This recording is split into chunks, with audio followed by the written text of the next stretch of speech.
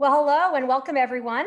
It is 1 o'clock Central Time, so we are going to go ahead and get started. I'm April Cole, the Director of Alumni Programs here at Rice University, and I'm very excited to see so many of you joining our webinar today, a live chat with NASA Administrator Jim Bridenstine.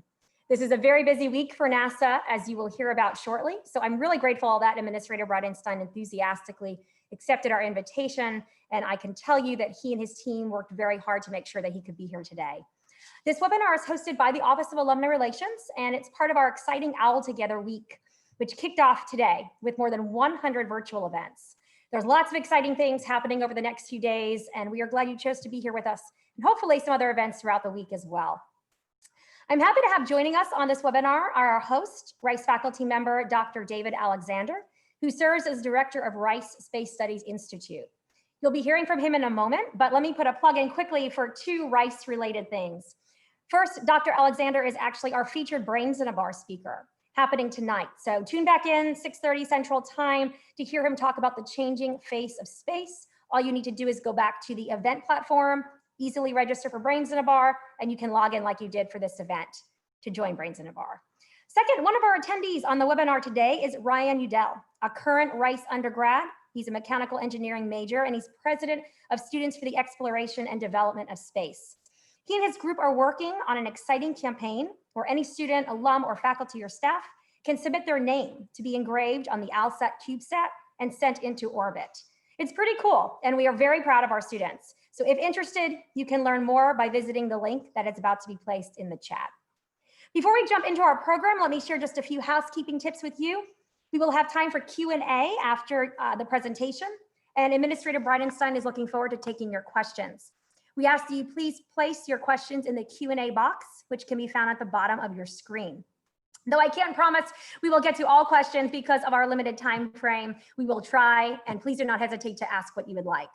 You'll also notice we are keeping the chat open for some more informal discussion, and I have two fellow colleagues who are closely monitoring that chat on the back end. In addition, we would love it if you'd post some insights from this webinar on social media. Please consider using that hashtag #AllTogetherRice and tag Rice Alumni. At this time, I am now going to hand it over to Dr. Alexander, who will introduce our speaker and help facilitate our presentation today. Dr. Alexander. Thank you, April, and welcome everyone. This is a great opportunity to hear from one of our nation's leaders. I just want to emphasize a couple of little things. We will be discussing what our students are doing at this Brains in a Bar event this evening. So please, if you have the time, join us for that. And again, to reiterate, please put your questions in the Q&A and not the chat. We'll be trying to address them in order after Administrator Bridenstine's initial discussions. So as April said, I'm the director of the Rice Space Institute. We've been doing a lot of interesting things there. And of course, NASA is an important aspect of what we, our faculty and our students do at Rice. So the speaker today, Administrator Bridenstine is a great friend of Rice. He's been on campus many times since he became NASA administrator. He has a storied career. I'm just going to hit the highlights for those of you who don't know. He's easy to Google, as you might imagine. Of course, one of the things for us really is that he was a triple major from Rice University, graduating in 1998, something that we're all very proud of. He went from there to do his MBA at Cornell, and then joined the Navy as an aviator, where he had spells in both Afghanistan and Iraq. He came back home and went into continued to serve his country, went into public life as a congressman from the 1st District of Oklahoma, and where he was particularly active both on the Armed Services Committee, given his service in the Navy, but also on the Science, Space and Technology Committee, where he had some important legislation that he promoted and put through. And this led ultimately, I believe, to him being selected in 2018 as the 13th NASA administrator. And in that role, it's been a pleasure to work with him on and off. And I know many of us in the space community have really benefited from and are very appreciative of his leadership at NASA. As you might imagine, NASA, we always focus in Houston on the rockets and the astronaut side of things, but NASA is a large organization that does science, technology, a whole range of interactions with the university community and the business community, which I think we'll hear a little bit about. And I think it's a testament to Jim's triple major that he's actually quite conversant in all of those aspects of what NASA does. So he's very knowledgeable and he takes a real interest. And lastly, before I hand the mic over to him, I just wanted to say that he's been very, very supportive, not only of students here at Rice, for which, again, he's been on campus many times at the request of students, but also for students across the country. I think he understands that what NASA is doing today is very important, but what it does in the future is even more important, and that relies on our next generation. And so, again, I will personally want to thank him for that, because that's what we're all about here at Rice, and to see that level of activity from a very busy man is really, really exciting. So with that, again, put your questions in the Q&A. We'll be trying to address them in order. And with that, I'll pass it over to Administrator Bridenstine. Jim, it's all yours. Thank you. Well, thank you, David, so much. And I'm not going to be able to make it to your brains in a bar tonight, but I'll tell you, I wish I could. A lot of people who are watching might not know David Alexander and how important he is to the space community, but David, your leadership on a whole host of issues has been critical, not just for the country, but in fact for the world. And your expertise in heliophysics is especially important. And of course, your leadership has been instrumental. So it's great to be here at Rice University talking to alumni. I know that this was homecoming weekend and it was family weekend, and things are very different this year than previous years. And I'll tell you, I really wish it wasn't this way. I would love to one day come back to Rice for a family weekend or a homecoming weekend and do things face to face. But we are where we are. I'll tell you, I watched with enthusiasm our homecoming game against Middle Tennessee, and I was so excited about the game-winning field goal kick that ultimately resulted in, it hit one upright, then it hit the crossbar, then it hit the other upright, then it hit the crossbar again, and ultimately it bounced out. Terribly disappointing, but I'll tell you, this is what I know about Rice University. Our students could calculate what enabled that very small probability to occur. But it was a bit of a letdown, but at the same time, it was great to watch Rice play football again. I was excited to see that. And of course, great to know that Rice is still moving forward even in the midst of the pandemic, as is NASA. A lot of the history with NASA and Rice is important. We think back to the famous speech by John F. Kennedy back in 1962 from Rice Stadium, where he talked about going to the moon and the United States of America being the preeminent spacefaring nation. And of course, in that speech, he talked about, why does Rice play Texas? Well, he said that because we do things that are hard. In fact, that's what his next words in the speech. We do these things not because they are easy. We do them because they are hard. But I will tell you, I was on the sideline in 1994 when Rice, in fact, beat Texas 19-17, and we tore down the goalposts. It was a magnificent day. We took the goalposts back to Baker College, and we planted them on the grounds of Baker College. And I'll tell you, I've never had the desire to tear down goalposts like that since that day, until I saw this football hit 4 posts before being knocked out, and ultimately Rice not winning the game. Either way, know this: 1994, 19-17. Rice plays Texas for a reason. It's because we win. That's why we play Texas. And I'll tell you,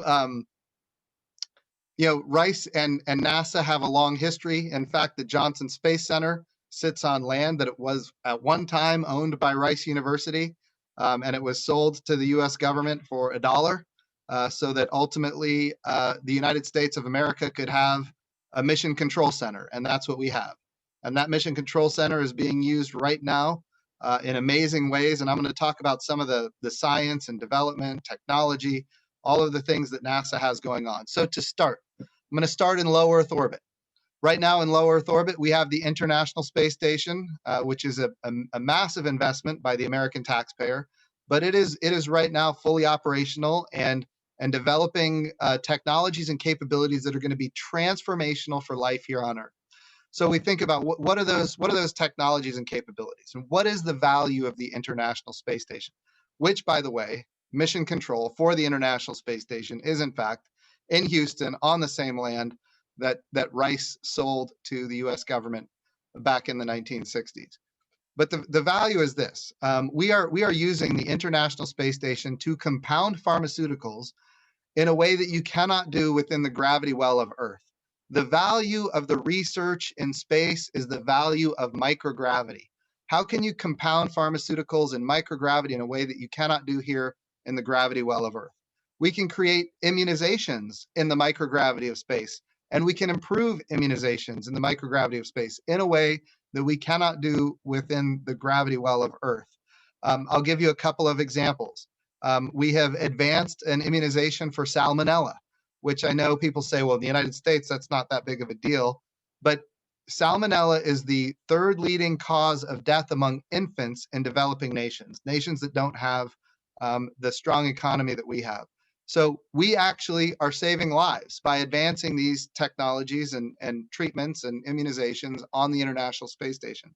It's not just salmonella, though. We've also advanced immunizations for pneumonia, for example. Again, saving lives here on Earth. So we're using the International Space Station for this line of effort that I call industrialized biomedicine, and it goes beyond pharmaceuticals, it goes beyond immunizations, it goes on to the ability to create human tissue in 3D in the microgravity of space. So if you were to use right now, what we're proving that we can do is we can use your own adult stem cells. So imagine David Alexander needs tissue and he wants his own tissue. We could use David's stem cells from his skin, as a matter of fact, adult stem cells, to create his own tissue on the International Space Station. If we do that kind of activity on the Earth, the gravity well of Earth just makes the tissue go flat. And so you have to have this lattice structure, and it has to, you have to support it as it grows. But if you do it in the microgravity of space, it can grow in 3 dimensions, much like within a mother's womb, for example. So these are amazing capabilities and technologies that we're developing. Right now, it's human tissue. Eventually, we have our sights on creating human organs using your own adult stem cells to achieve these outcomes that will be transformational for your life here on Earth. We go beyond that. We think about advanced materials. We are able to create, in the microgravity of space, we're able to create a very thin 1 or 2 atom thick retina for the human eyeball. Now this isn't biology. This is advanced materials. So what we're talking about is creating an artificial retina for the human eyeball, so that people today who have macular degeneration don't have to lose their eyesight. So imagine flying up to the International Space Station with a box that fits in the palm of your hand. And in that box is all of the materials and all of the robotics to create ultimately 1,000 artificial retinas. And each one of those retinas can be reimbursed by insurance at about $50,000 a piece. In other words, the business case closes. So what we're doing is we're advancing these lines of effort on the International Space Station for the commercialization of these activities. Because as long as, and this is where we've been historically as an agency, as long as the United States government is the only one funding activities in space, we will always be limited in what we do in space. But if instead we can prove the technologies, prove the capabilities, and then let commercial industry capitalize and invest, and then start working towards these advancements for which there will be a return on investment.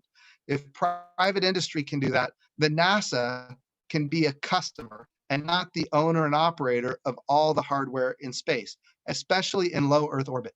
And if you look what we're doing right now at NASA with the International Space Station, we have already moved forward with commercial resupply of the International Space Station. So the hardware that we resupply the International Space Station with is not NASA purchased, own, and operate. It's commercial. So we are a customer. And if you look just back in May of this year, we launched American astronauts on American rockets from American soil for the first time since 2011, the retirement of the space shuttles. And when we did that, we didn't purchase, own, and operate the hardware. We turned to a private company, did a public-private partnership, and our goal is to buy seats. We want to be a customer for access to space through the Commercial Crew program. So we now have commercial resupply, we have commercial crew, and just what I talked about, what's happening on the International Space Station right now, the future is in fact commercial space stations themselves. So we see a very robust future in low Earth orbit with these different lines of effort for an eventual commercial marketplace. NASA's goal right now in low Earth orbit is to make sure that we are not the purchaser, owner, and operator of all the hardware and all of the activities in the future. We want to be one customer of many customers in a very robust commercial marketplace. And we want to have numerous providers that are competing against each other on cost and innovation and safety, ultimately driving down costs and increasing access to space with supplies, with human launch, and also with human-tended space stations, all of these activities in low Earth orbit. So this is really our thrust for low Earth orbit right now, and we're having great success. Next month, as a matter of fact, we're launching another crew to the International Space Station on a SpaceX Falcon 9 rocket with a Crew Dragon capsule at the top. And one of those 4 astronauts is, in fact, and this is the first routine, if you will, launch to the ISS now that the test flights are complete. One of the astronauts on there is Shannon Walker. Shannon Walker is an undergraduate physics major from Rice University, and she is also a PhD in physics from Rice University, and one of all the great work that she does on the International Space Station. So that's what's happening in low Earth orbit, and our goal is, again, we want to be one customer of many customers, robust commercial marketplace, and we want to have numerous providers competing against each other on cost, innovation, safety, driving down costs and increasing access. When we do that, we do it with a purpose. We want to take what the American taxpayers provide this agency, and we want to do our job. Our job is to explore, to discover, to do science. And we do that not by staying in low Earth orbit for the next 20 years as we have for the last 20 years, which, by the way, is amazing, to be clear. November marks 20 years of the International Space Station having crew on board. 20 years. In fact, students at Rice University right now, a lot of students at Rice have lived their entire lives while there were people off the planet, if you can imagine that. That's a big deal. And it's not been easy, but we're there. What we want to do now is we want to commercialize those lines of effort. And then we want to take the American taxpayer resources, and we want to do things for which there is not yet a commercial marketplace, namely go to the moon and then on to Mars. So going to the moon, we call this program the Artemis program, but the goal is to go sustainably to the moon. In other words, we're going to stay at the moon, to go with commercial partners, to go with international partners. A lot of people don't realize NASA is an amazing tool of diplomacy. So right now we have 15 nations that operate the International Space Station. We have had astronauts from 19 different countries. We currently have agreements. We have over 700 international agreements with countries all around the world for exploration that goes beyond the International Space Station, way out into deep space with robots and probes and other things. But beyond that, we also have experiments on the International Space Station from 103 different countries just so far. So this is a tool of diplomacy. So this time when we go to the moon, unlike when we went last time, we go with commercial partners, which didn't exist in the 1960s, and we go with international partners, which we also didn't have in the 1960s. So all of these things are an enabler for a sustainable, in other words, permanent presence on the surface of the moon. So we go with commercial partners, international partners, and we use the resources of the moon to learn how to live and work for long periods of time. So what are those resources? Well, number one, it's water ice. 10 years ago, for 40 years, people thought the moon was bone dry. Well, 10 years ago, we discovered that there's hundreds of millions of tons of water ice on the south pole of the moon. Water ice is H2O, so it represents the oxygen to breathe, the water to drink, and the hydrogen, of course, is power and fuel. In fact, the hydrogen is the same fuel that powered the space shuttles back in the day, and now it's the same fuel that will power the SLS rocket that will take our astronauts to the moon here by 2024. So these are it's an amazing time to be at NASA. Our budgets are going up with bipartisan apolitical support, which has been really hard, but we've been able to achieve that. So we've got administration support, we've got bipartisan support. We're continuing to build on this budget that we currently have, which right now is the highest budget NASA has ever had in nominal dollars, but it's not enough. We got to build a human landing system to go to the moon. This country has not had a human landing system for the moon since 1972. Well, it's well past time that we go back to the moon with humans. So we've got to get that human landing system built. So we are asking appropriators in the House and the Senate to increase our budget significantly from 2020 to 2021. But I'll tell you, I think we can do it. I know we can do it. We're working every day to get that bipartisan support to achieve these outcomes. Okay, so we go to the moon. We learn how to live and work on another world for long periods of time. That's the goal. Why do we need to learn how to live and work on another world for long periods of time? Because we want to go to Mars. So we call the program, it's the Moon to Mars program. We use the moon as the proving ground. Wherever the Earth goes around the sun, the moon is with us. And we learned with Apollo 13, we learned that we can in fact have something disastrous happen on the way to the moon and we can still make it home safely. If something like that were to happen on the way to Mars, it would be over. So we want to make sure that we use the moon as the proving ground. We learn how to live and work for long periods of time. We reduce risk.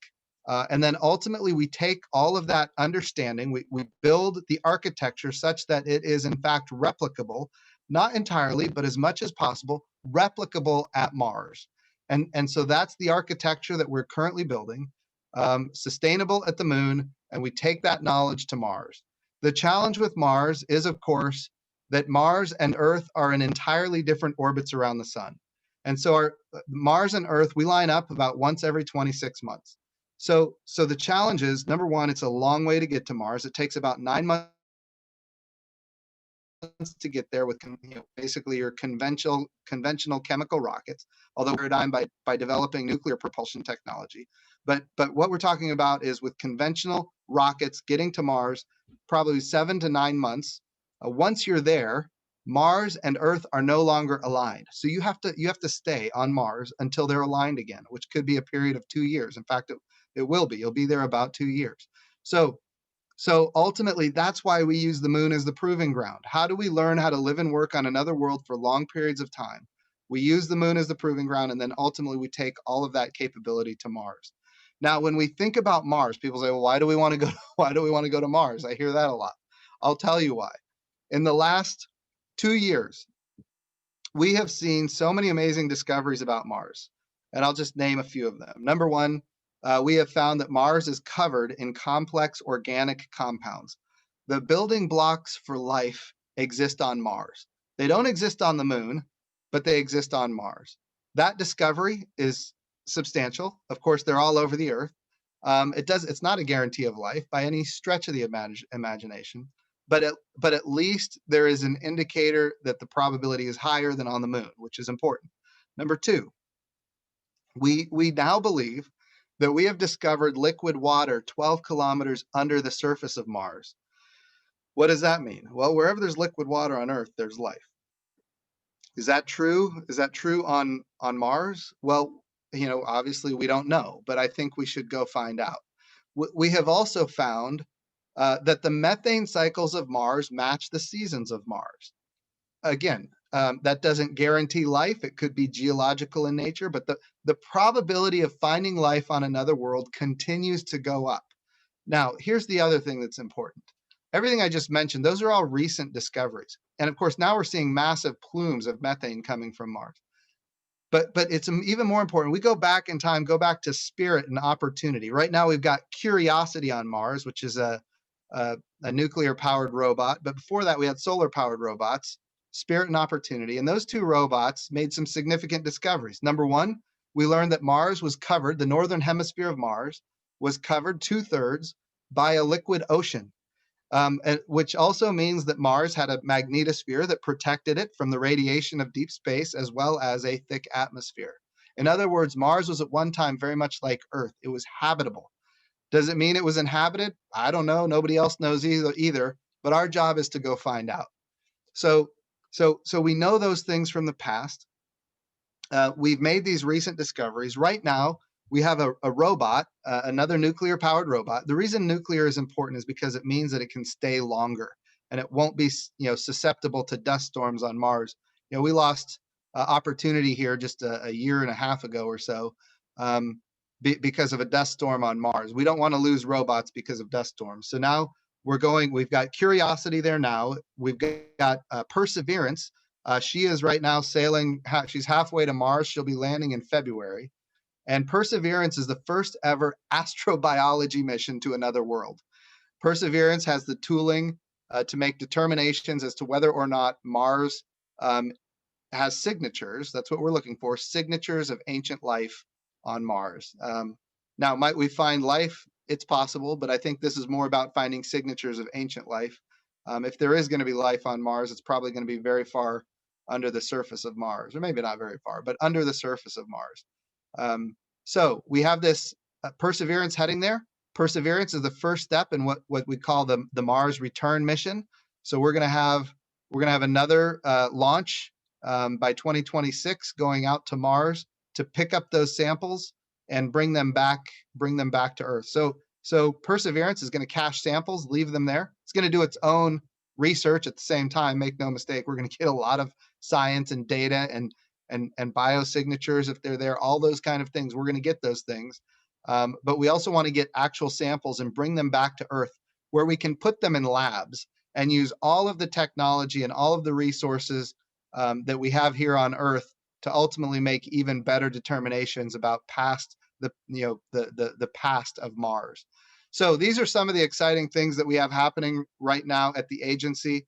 There's so many more things. I know David Alexander he's a heliophysics guy. We've got the Parker Solar Probe, of course, orbiting the sun right now. It's going deeper into the solar atmosphere than any other object, the solar corona, if you will. And of course, we've got missions in deep space as well. So there's a lot of really exciting things. We're making new discoveries every day. This is by far the most exciting job I've ever had. And all of these things are leading to, more questions. I mean, that's really what it comes like. The more we learn, the more we know we don't know. We've got to learn more. So with that, David, I'm gonna turn it back over to you, and we'll open it up for questions. Well, thanks, Jim. And while I'm sort of giving people a little bit of direction, could you check the chat? There's something in there I'd like you to respond to. So I think that's fantastic, and I think that there's obviously a lot going on. So I know you all signed up to hear about space, and so please put your questions in. We already have somewhere close to 9 or 10 questions. So please, this is your one opportunity, at least until Jim comes back again. But right now, please ask your questions there. So Jim, are you ready to take the first question? Yes. Yeah, and I think you did well actually in a couple of the early questions that came in. You actually answered them in the flow, so that was really good. Okay, so you answered or someone answered the question for you. So this is from Shifa Gordon. How will NASA and Space Force delineate their individual missions going forward, and how is NASA changing, and how will they work together? Oh. Yeah, no, that's a good question. And it's important because I get the question a lot about people think that the NASA administrator is in charge of Space Force, and that's just not the way it works. So NASA is about exploration, discovery, and science. That's what we do. We don't do national security and defense. We don't fight and win wars. That's not our job. And because we don't do those things, and by the way, this was by design. If you go back to Dwight D. Eisenhower, there was a lot of pressure on him to have a space agency embedded in the military-industrial complex, and he resisted that from his own party very, very hard. He wanted it to be a tool of diplomacy, a tool of outreach. He thought science could bring nations together, not divide nations apart. He wanted NASA to have that ability, and here we are. If you can imagine, he was very prescient in that desire. You know, after the Apollo program, you know, the United States of America with the Apollo program and Russia with the Soyuz program, at the time the Soviet Union, we decided to collaborate on what was called the Apollo-Soyuz program. And that was, of course, in 1975. And then after that, we had the Shuttle Mir program. And then after the Shuttle Mir program, now we've got the International Space Station, which is, you know, half of it is the United States and half of it is Russia. And of course, now we've got all of these international partners that have built onto it as well. So the value of NASA is not we are not a tool of military might at all. We are a tool of exploration, discovery, and science, and we have to obviously make and develop a lot of very important technologies that do have, you know, some military overlap. But we do not fight and win wars. That's not what we do. I will also tell you that space is becoming more and more dangerous. There is, and everybody recognizes that. When I was in the House, there was a group of members of Congress on the Armed Services Committee, and I was one of them, that pushed to create a Space Force back in, it would have been 2016. And I'm just trying to get my dates right here, 2016. And we pushed for the Space Force because of what we're seeing. We're seeing all of these proliferated technologies like jamming and dazzling, which is using directed energy, and hacking and spoofing.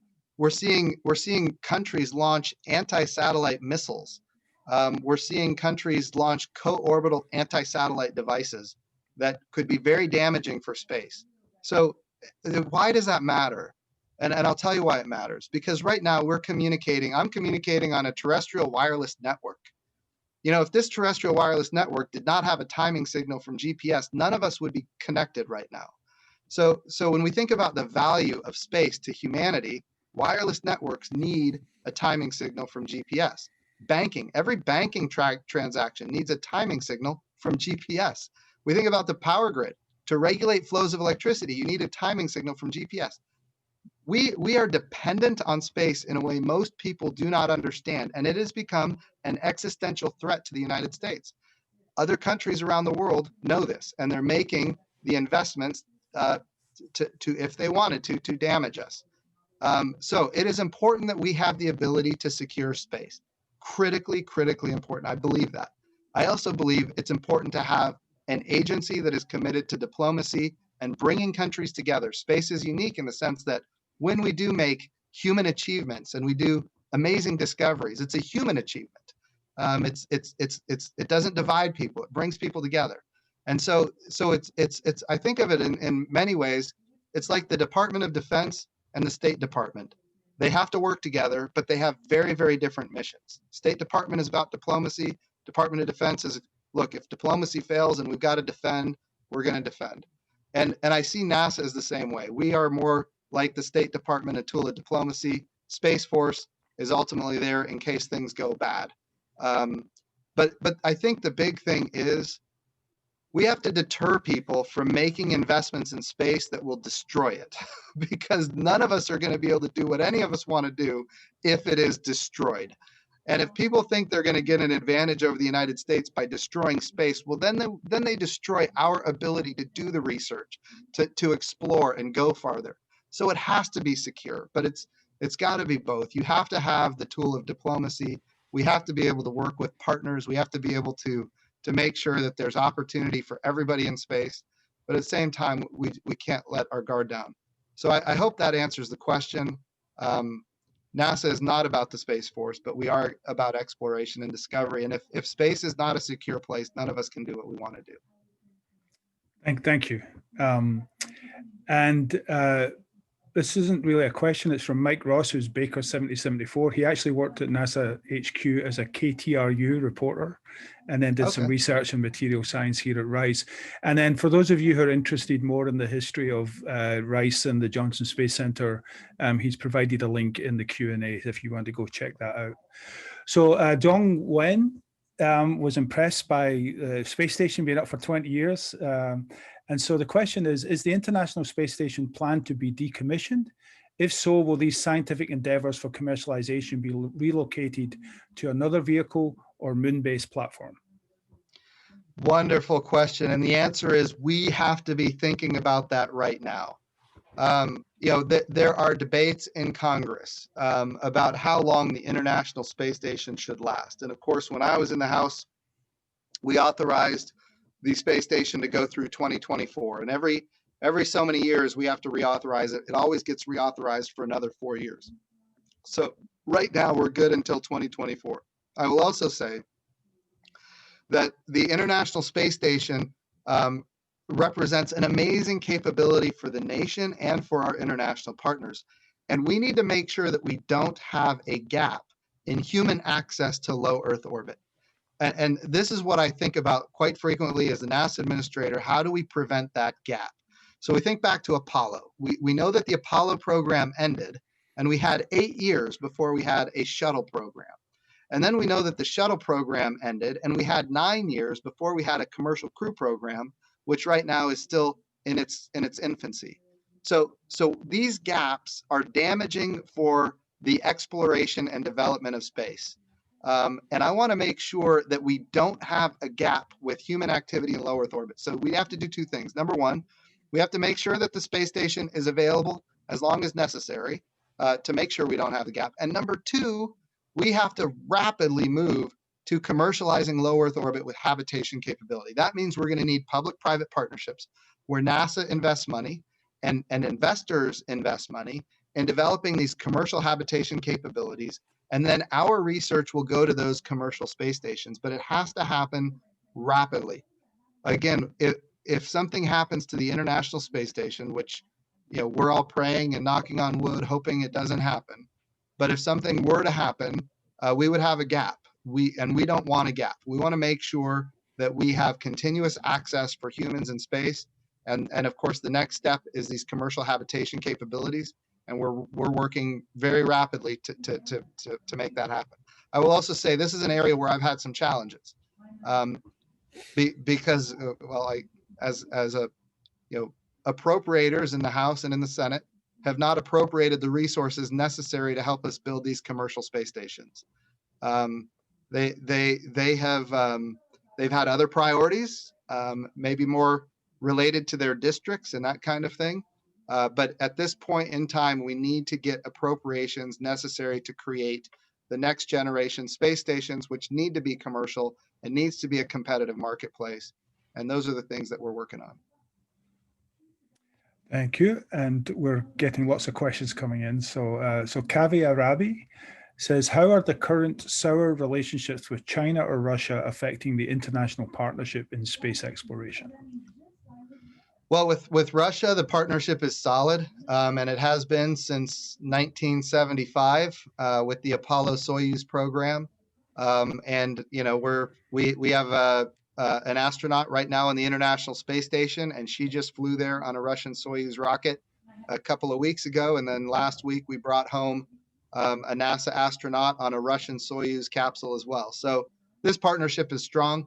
We need it to be a partnership where it's a no exchange of funds partnership, to where we will launch their cosmonauts and they will launch our astronauts, and we'll continue to work together on the International Space Station without exchanging funds. And that's the future.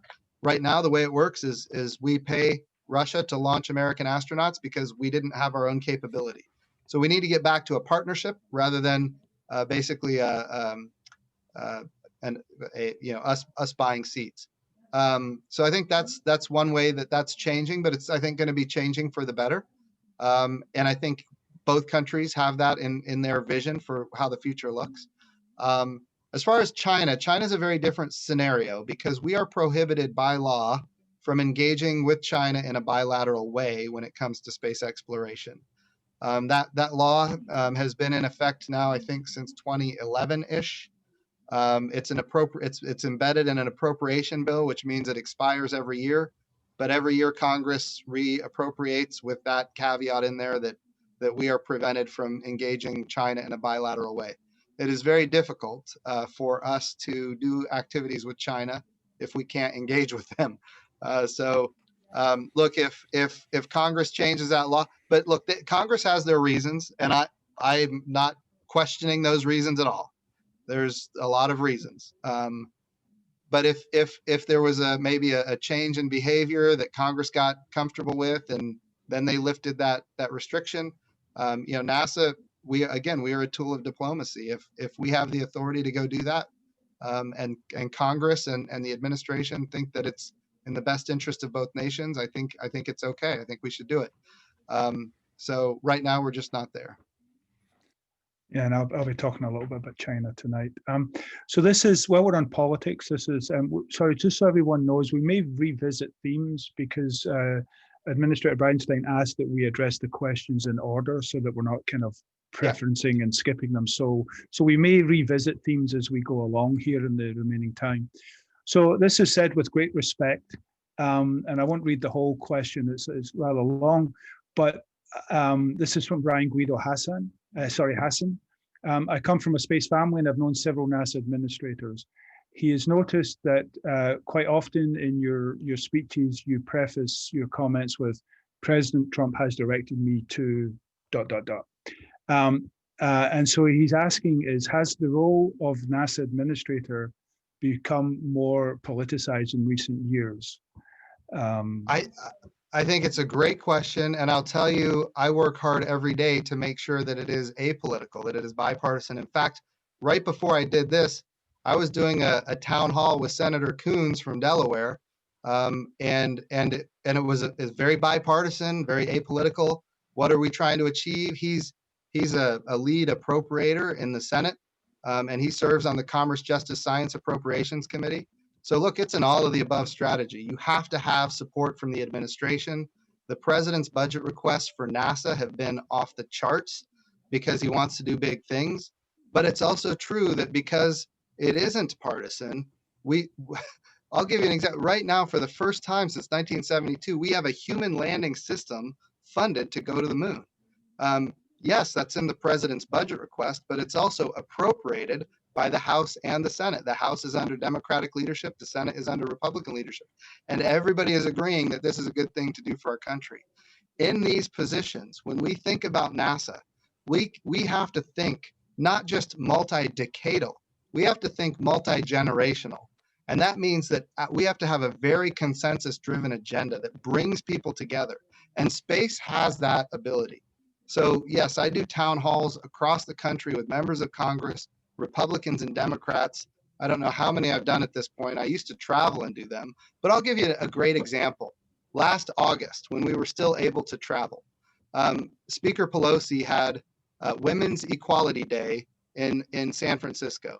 And so we reached out and asked her if she would have it at the Ames Research Center, which is one of NASA's 10 centers. And of course, it's in the heart of Silicon Valley. We wanted her to do Women's Equality Day at the Ames Research Center. And I went out for that. And Speaker Pelosi embraced the Artemis agenda because she knows it's time to have a woman on the moon. And she knows that we now have this very diverse, highly qualified astronaut corps. And when we think about why we call the program Artemis, in the Apollo era, all of our astronauts came from fighter pilot backgrounds and test pilot backgrounds. And in those days, there were 0 opportunities for women. Now we have this very diverse, highly qualified astronaut corps that includes women, and we're going to go to the moon with all of America. And so I wanted to make sure that Speaker Pelosi understood that agenda, that she was on board, and she did. She embraced it, and of course, she and I flew the simulator together. We landed on the moon together, like 3 times. We landed on the moon together. It was a lot of fun. And then afterwards, she talked to the media. She tweeted about it. And here's what's amazing. David, you're going to like this. This is what's amazing. After she tweeted about the event, the vice president retweeted her tweet. So you have Speaker Pelosi and the vice president retweeting each other's tweets about space exploration. I will tell you, I think that's an amazing thing. And we think about, this is also important. Why are we not on the moon right now? We go back to the 1990s. We had the Space Exploration Initiative. It took too long, it cost too much money, and it got canceled. Then we go to the 2000, and that was all about going to the moon and onto Mars. Then we go to the 2000s. We had the vision for space exploration. Again, it was about going to the moon and onto Mars. And it took too long. It cost too much money, and it got canceled. Billions and billions of dollars wasted, and terribly unfortunate for the country. So we've been cast to and fro. In my time as the NASA administrator, I'm hoping if I'm judged by anything, it's by building a consensus-driven agenda that ultimately everybody can agree to so that we can all achieve more. And it's not just Republicans and Democrats in the House and the Senate and in the administration. It goes beyond that. It's international partnerships, it's commercial partnerships. All of these things have to work together in order for all of us to achieve more. So I will tell you, I work really hard to keep that apolitical bipartisan consensus moving forward. Thank you. I hope that answers Brian's question there. So from Joel Rafagan, under what circumstances my screen keeps jumping when someone asks a question. I'll start again. Sorry about that. Under what circumstances would NASA pivot away from developing its own space launch system to using the commercial SpaceX Starship for lunar exploration? Yeah, so right now we've got both underway at the same time. So we have two agendas. One, we're going to go to the moon by 2024. Why does that matter? Well, the sooner you get to the moon, it's the retiring of political risk. If somebody says to me, "Why are you going to the moon so fast?" Well, because we know from history that the longer it takes, the more risk you're exposed to. So we want to compress that timeline as much as possible, which means our budget in the short term is going to have to go up.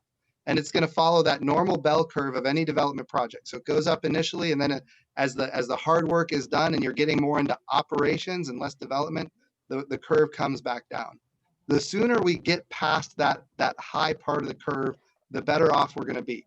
So when we think about the space launch system, the Orion crew capsule, the European service module, so we are international. The first time we land on the moon in 2024 with not just the next man, but the first woman, that is going to be an international mission with the European service module playing an absolutely critical part of that mission. So then we go, okay, by 2024, that's the highest probability of success. Then you think about, what does the future beyond that look like? And what are the transformational changes that are happening right now in society, and how do we apply those? That's where we're going to need the public-private partnership capabilities. So we think about Starship. We've made investments already into Starship. I mean, we just invested, I don't remember what it was, $158 million, I think, into Starship for their human landing system. So here you have the Space Launch System, the SLS rocket, the most powerful rocket ever built. It's going to take our astronauts to the moon, and it's going to send the Orion crew capsule into orbit around the moon to dock with a Starship, or to dock with Blue Moon, or to dock with the Dynetics lander. So we've got 3 different contractors that are looking to be the provider here. But the answer is, it's an all of the above strategy.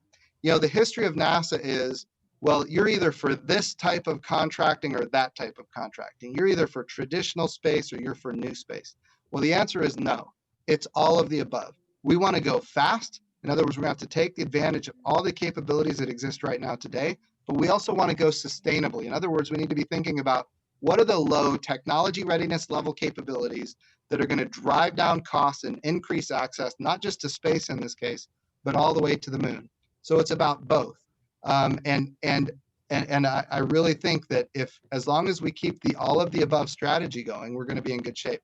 But what I've seen, and I saw this when I was in the House, if you let people get divided among ideological philosophies about how to do contracting, ultimately it results in fights that prevent us from getting where we need to go. So we work to, if you haven't noticed, my philosophy is, wherever there's division, eliminate it, because that's what's prevented us from being on the moon right now. And in fact, we'd be on Mars already if we hadn't had all these divisions about, when I got to the House, David, I know it's crazy, but when I got to the House, Republicans were for the moon and Democrats were for Mars. I mean, what a silly division. Like, why would that divide us? Why can't we all be for both, Republicans were for human exploration and Democrats were for the Science Mission Directorate, which is robotic exploration.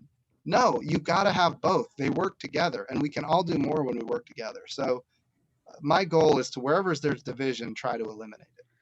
Yeah, the idea of having a red planet and a blue planet, or red planets and blue planets, is not the right way to go. So this is from Michael McDonald, talking about blue planets. How big of a research focus is climate change for NASA? Greater focus on inward-facing satellites versus outward-facing research? Yeah, no, it's very important. NASA, of course, has this very unique perspective. We were able to study the Earth from space in a way that is very special. And of course, we not only build all of the Earth science satellites, and operate them. We also build all of the operational weather satellites for NOAA, which is also an important capability. And we get a lot of data from their satellites as well, and they get a lot of data from our satellites. So it's a great partnership. But look, right now, the Earth science budget of NASA is as high as it's ever been in history. And of course, we want to make sure that we are continuing to study the planet in a way that's meaningful for the purpose of policymakers making good decisions. I want to be clear because, what I don't want to do is I don't want to be prescriptive as an agency. It's not our job to tell policymakers what they need to be doing in order to solve the Earth's problems. What our job is to do is to dispassionately observe the science, and then, of course, share that science with the world and do it for free. And that's what we do. And then we leave it to others to make recommendations about how to deal with the challenges that we face. But absolutely, we are 100% committed to studying the Earth. And in fact, we recently lost a former head of the Earth Science Division at NASA. His name was Mike Freilich, very dear friend of mine, amazing guy, brilliant. And we just recently, next month, we're launching Sentinel-6 from the Vandenberg Air Force Base out in California. Sentinel-6 is an Earth science mission, and we named it after Mike Freilich. And that's actually a European mission that NASA supports, but it's a European mission. And Europe decided to name the satellite after NASA's Earth Science Division lead. So that's going to be a very special moment for all of us who are committed to studying the Earth. And yes, we are continuing to do that, and we will continue to do that. So we've about 7 minutes left and about 18 questions. So I want to apologize to many of you that we're probably not going to get to your questions. David, if you want to go an extra few minutes, 10 minutes or so, I can deal with that. Okay, maybe we can do that then. So we went from the blue planet back to the red planet. So Phil asks if there's any updates on the dark spot or smear seen on Mars a few days ago by multiple amateur astronomers. And I know this is something that's come up in the past, these sightings. Any comments on that? And maybe a little bit. Yeah, I have not looked into that at depth, so I probably shouldn't comment. David, I know these are things you look into. Do you have any thoughts? No, I don't. I tend to. I mean, I don't really follow that this week. I mean, I think it is. Well, without taking up your time, I think basically I would go look at NASA or ESA websites. I know ESA has looked at some of these things. In one case, I thought they thought it was maybe a crashed European mission at one point. The data, the images are getting so detailed now that we can pick out some of these things. So that would be your best source. Amateur astronomers have been actually really, really useful in a lot of things we do in the solar system, from asteroid detection and comets and so on. And they're watching much more rigorously than probably most of us. So have a look at those specific sites and ask those questions. I don't really know that much about it. As they say, as we're saying on Twitter these days, it's never aliens, but you never know. So go have a look there. And then this next question, Jim, I'm a bit, I'll ask it anyway. It's from Bob. And it's based on the premise, first of all, he wishes you good luck in return to the moon. And made the comment that Rice has played a major role in early space and lunar programs, but he was dismayed dismayed to see that Rice is only ranked number 200 in space science in the World University Rankings by US News. That's a surprise to me because I don't believe there is a space science category. And Rice usually does really well in most of our space-related programs. Engineering is number 33. We have some physics programs that are ranked higher. Rice itself is ranked at 16. So maybe I need to look into that. But the question still applies, which is, what are your suggestions on how Rice might re-emphasize its space role and regain the status that we had back in the early Apollo days? Absolutely. So I think there's a couple of things. One of the things that we're working on is how do we bring innovation into the agency outside of necessarily the government? How do we bring in innovation? And one of the ways we do that is by engaging universities. We recently launched a very robust effort to bring universities and research institutes into our lunar surface activities. So we created what's called a Lunar Surface Innovation Initiative, and we put together a Lunar Surface Innovation Consortium, and there's opportunities for universities to join that. And so one of the things we're looking at is, how do you live and work on the moon for a long period of time? Well, we're going to need power. We're going to need lots of power. We need enough power to separate the water ice from the regolith. We need enough power to crack the water into hydrogen and oxygen. We need enough power to establish a grid system, if you will, for rovers and habitation modules and those kind of activities. And that power is likely to be nuclear. We're going to have solar power as well. On the south pole of the moon, we've got permanent sunlight in some areas. So we can have solar power, but we're going to need more power than that. So nuclear power is really the way to go. So we think about power. We think about habitation capability on the surface of the moon. We think about the ability to rove on the surface of the moon. At the Johnson Space Center, they're working on a mission called Viper, which is going to be a rover that launches in 2020. I want to say 2022. I might have my date wrong on that, but it's going to basically characterize the volatiles on the south pole of the moon, and then drill and help us really come to an understanding where we need to go with humans when we land in 2024. I think there are a lot of opportunities for universities to engage NASA because we want that. I would also say Rice is unique in the sense that it's in Houston. It's right next to the Johnson Space Center. And I know I say right next to, I know it's not right next to, but it's in the same town. How about that? So you might consider figuring out what are the research synergies between Rice University and the activities happening at Johnson. I'll tell you one thing that recently happened, which is amazing, an amazing discovery. Johnson has the lunar samples from the 1960s and 1970s, and they opened some new lunar samples, and they were able to see that the moon, from these lunar samples, they were able to see that the moon at one time had a magnetosphere, which was an amazing discovery. And that magnetosphere actually probably protected, in the early days of the solar system, it protected the Earth from the radiation of the sun, which meant the Earth could keep its atmosphere. It also explains how, in some scientists' minds, it could explain how there is currently rust on the moon. Oxygen had to get to the moon for there to be rust on the moon. Like some maybe know that 3 weeks ago we announced we discovered rust on the moon. And then we discovered, even today we announced that there's water ice on the moon in the equatorial regions, which nobody previously knew. So the question is, how does this water ice get there? How does the oxygen get there? And the answer is, these elements probably traveled via the magnetic field lines when the moon and Earth both had a magnetosphere and those magnetic field lines interacted, which is another amazing discovery. So there's so much science left to be learned that we need to stay focused on it. The other thing is that people don't realize the moon is a repository of data and information from the early solar system. See, the Earth, all of these, and I'll tell you, David, I'm sure you'll appreciate this, all of these subatomic charged particles coming from the sun, they go around the Earth for the most part, but they don't go around the moon. They impact the moon, and they've been impacting the moon for billions of years. And they are today on the moon right where they were billions of years ago. And so the moon can give us great insight into the early sun.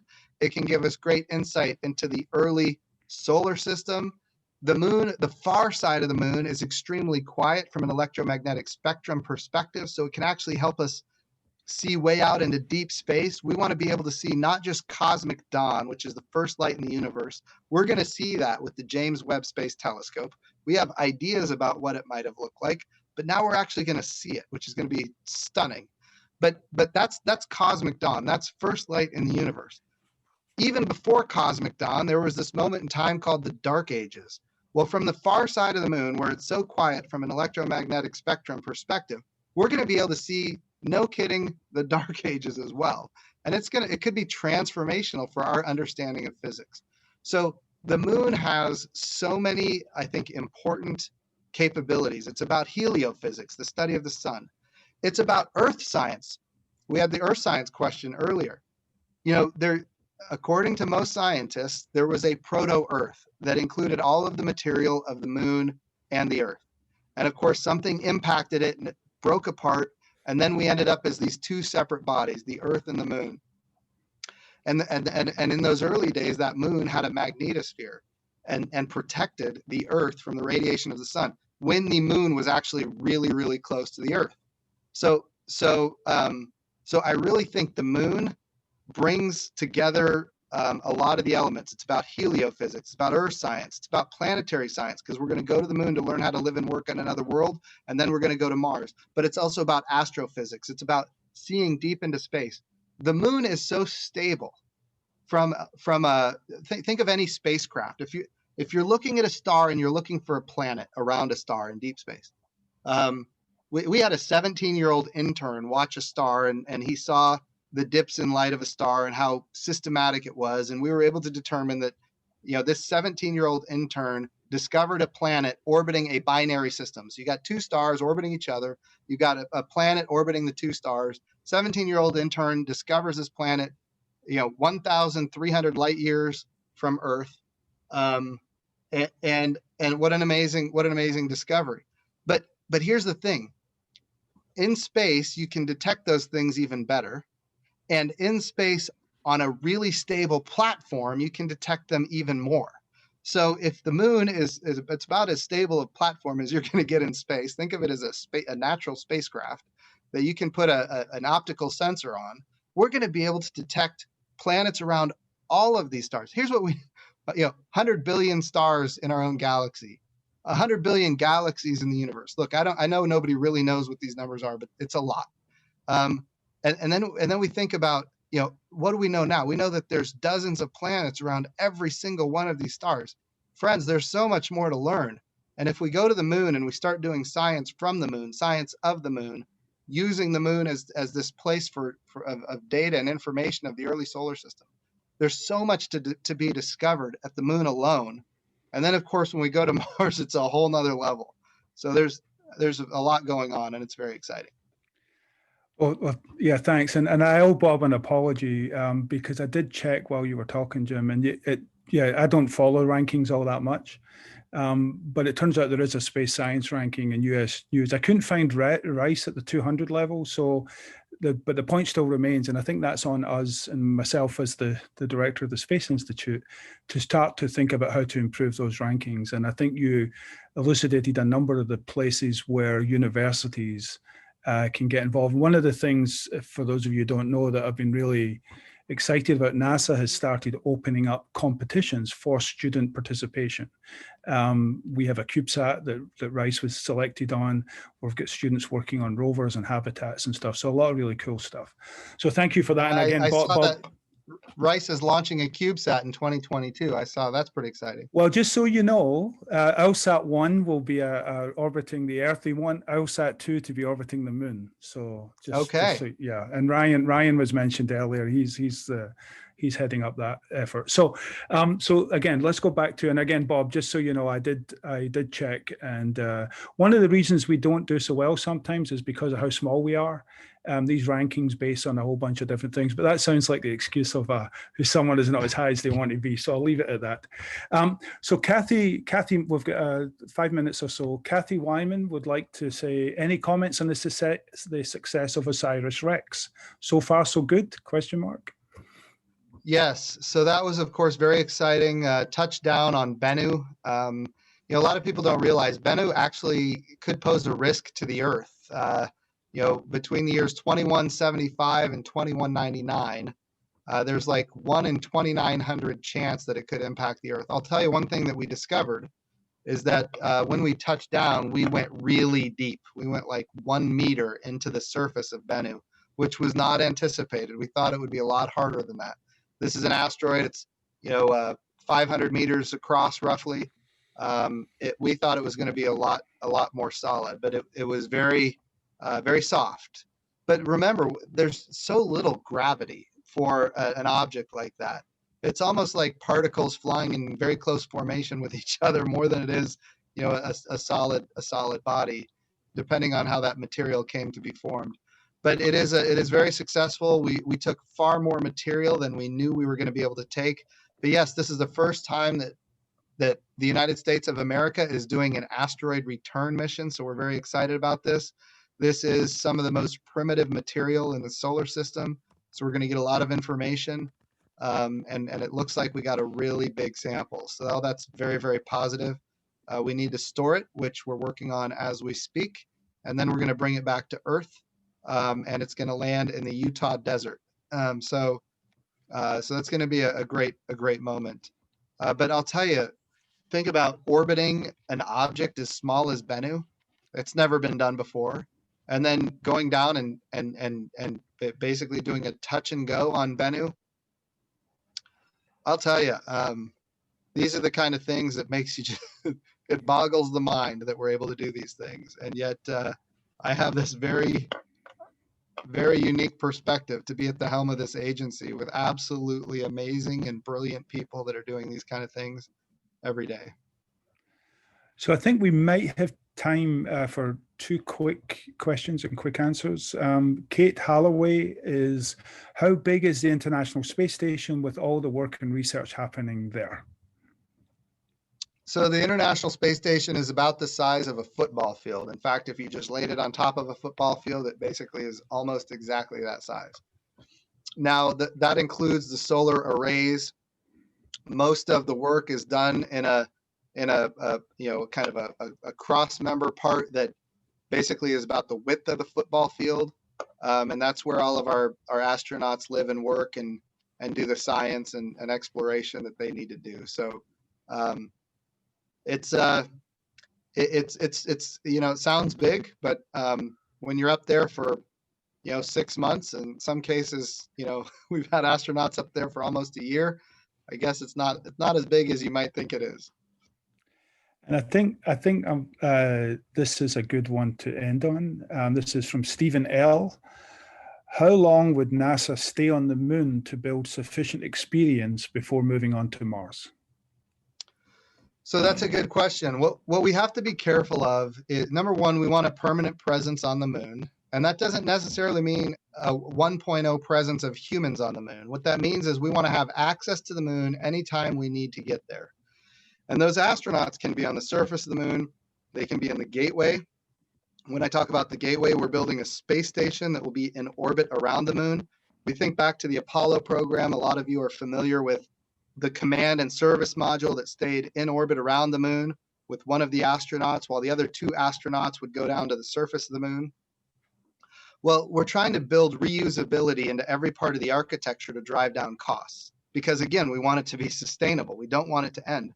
As much as we love Apollo, it ended. We want Artemis to go on in perpetuity.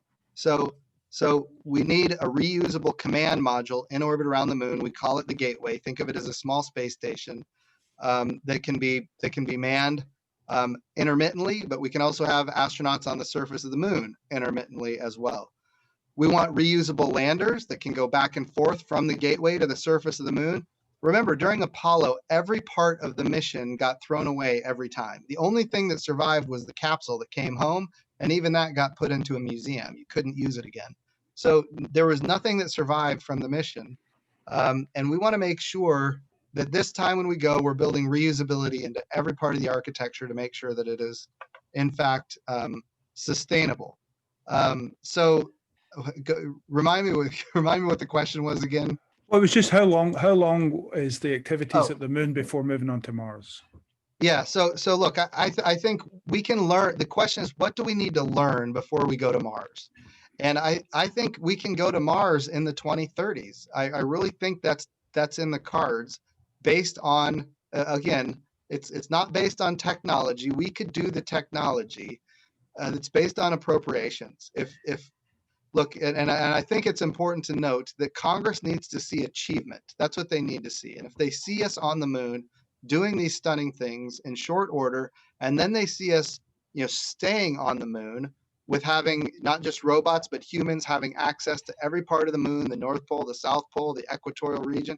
Once they see that, I think the appropriations are going to flow. Can we get there by the mid 2030s? I think it's possible if we got the appropriations.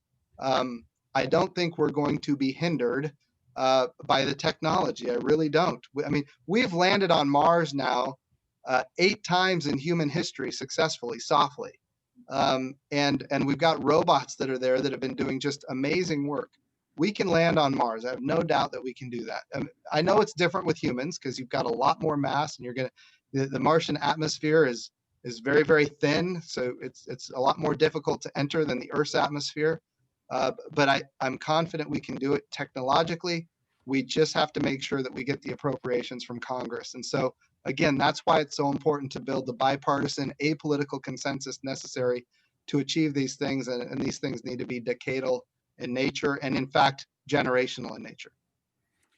Okay, so I think the administrator has a final statement we'd like to make, but I want to thank everyone. I'm sorry we didn't get to all your questions. It's great to see the level of interest, and for the questions we did get, they were fantastic. And I'm sorry we're missing so many other great questions. And so with that, Jim, I'll leave it with you, and then we'll go on to April. So again, thank you for everyone's time.